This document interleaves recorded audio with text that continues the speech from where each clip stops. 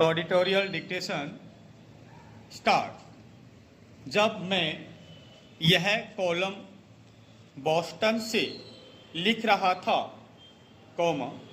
तब अमेरिका के बड़े अखबारों में मोदी, पुतिन और शी जिनपिंग की तियानजिन बैठक की तस्वीरें प्रमुखता से प्रकाशित हुई थी। स्टॉप। तस्वीरों में तीनों नेता मुस्कुरा रहे थे और गर्मजोशी से मिल रहे थे। स्टॉप। कहा गया कि ट्रंप की नीतियां इन्हें करीब ला रही हैं और भू राजनीति में अमेरिका विरोधी एकता का रास्ता खोल रही हैं। पैरा। अमेरिका विरोधी एकता की बात जल्दबाजी होगी। स्टॉप। चीन व भारत के अमेरिका से अहम संबंध हैं, जिन्हें तोड़ना एक बड़ी कीमत पर ही संभव होगा। स्टॉप। अमेरिका आज भी दुनिया की सबसे बड़ी अर्थव्यवस्था है। स्टॉप। 2024 के अंत तक उसकी जीडीपी 29 ट्रिलियन डॉलर थी, जो विश्व अर्थव्यवस्था की 26% है। स्टॉप। इतना बड़ा बाजार नकारा नहीं जा सकता। पैरा। लेकिन इसमें शक नहीं कि अमेरिका की शीत युद्धोत्तर विदेश नीति से बिल्कुल अलग ट्रंप की नीतियां नए भू राजनीतिक और आर्थिक परिदृश्य बना रही हैं। स्टॉप। देशों को अपनी विदेश नीतियों में बदलाव करते समय इन तब्दीलियों को ध्यान में रखना होगा। स्टॉप। हालांकि 3 चीजें स्थिर रहेंगी: व्यापार शुल्क का इस्तेमाल, इमिग्रेशन का विरोध और अंतर्राष्ट्रीय सुरक्षा में अमेरिकी निवेश घटना। स्टॉप।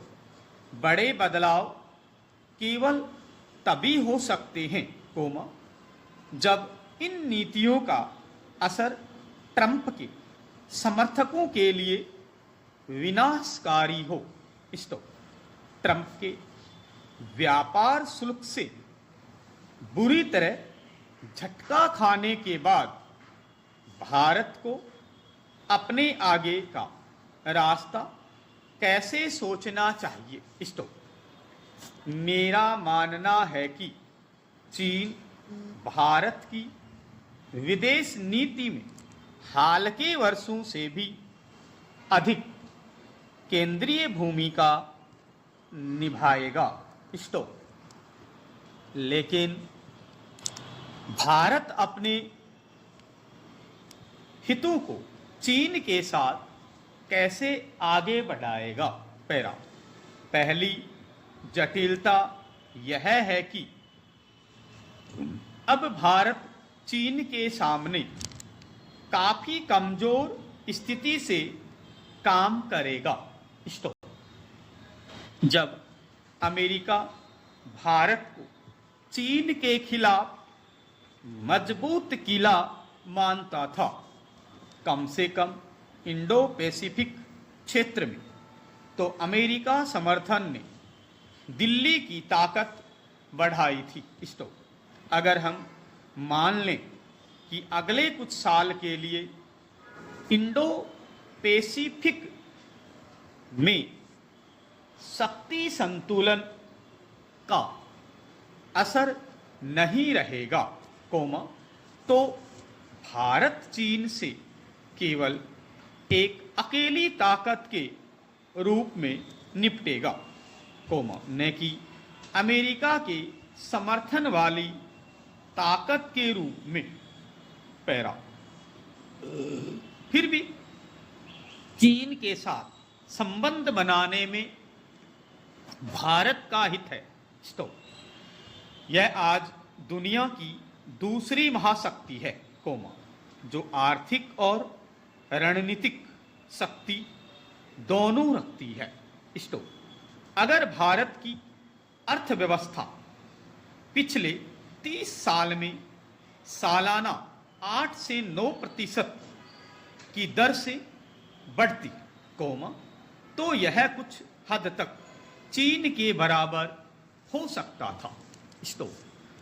भारत की आर्थिक वृद्धि 1991 के बाद बढ़ी, कोमा, लेकिन यह चीन के स्तर तक नहीं पहुंची।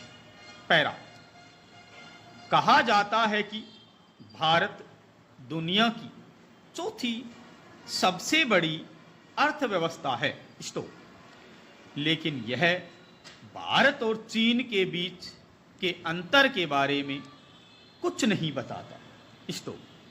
2024 के अंत तक भारत की जीडीपी 3.9 ट्रिलियन डॉलर थी।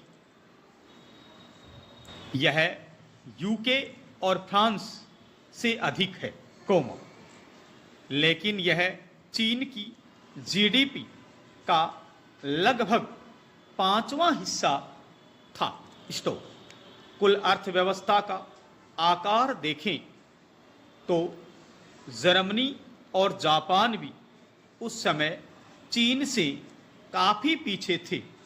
पैरा, यह अंतर भारत के लिए गंभीर नतीजे रखता है। ट्रंप के टैरिफ के बाद अमेरिकी बाजारों में लगभग 65 से 70% भारतीय निर्यात के खरीदार खो गए हैं। बाजार विविधीकरण रणनीति जरूरी है। दूसरी सबसे बड़ी अर्थव्यवस्था में अवसर तलाशना भी समझदारी होगी। जहां भारत दुनिया की अर्थव्यवस्था का केवल 3.5% है, कोमा, चीन का आंकड़ा 16.8% है। चीन का भारत के मुकाबले व्यापार में ज्यादा फायदा है। अमेरिकी बाजारों से कम होने के कारण भारत को इस घाटे को कम करने के लिए चीनी बाजारों की तलाश करनी होगी। पैरा, चाइना प्लस वन रणनीति का मूल विचार यह था कि अमेरिका चीन तनाव से बचने के लिए अमेरिकी निवेश धीरे धीरे चीन से बाहर आएंगे और वियतनाम, मलेशिया, थाईलैंड और भारत में निवेश करेंगे। एप्पल ने भारत को चुना, कोमा, जबकि कई अन्य कंपनियों ने वियतनाम में निवेश किया। एप्पल का भारत से निर्यात फिलहाल अमेरिकी टैरिफ से बच गया है, कोमा, लेकिन अन्य निवेशकों के लिए ऐसा जरूरी नहीं है। इसलिए भारत में अमेरिकी निवेश लगभग निश्चित रूप से घटेगा। चीन इस अंतर को पाट सकता है। एक और गैर अमेरिकी बाजार है, कोमा, जो चीन के बराबर है। अगर ईयू को एक आर्थिक इकाई के रूप में देखें, कोमा, तो इसकी जीडीपी 19.4 ट्रिलियन है। लेकिन भारत का चीन से सुरक्षा संबंध कठिन है। आर्थिक संबंध के तर्क से सुरक्षा तर्क कैसे प्रभावित होंगे, कोमा, इस प्रश्न का समाधान करना चीन नीति के लिए बड़ी चुनौती होगी।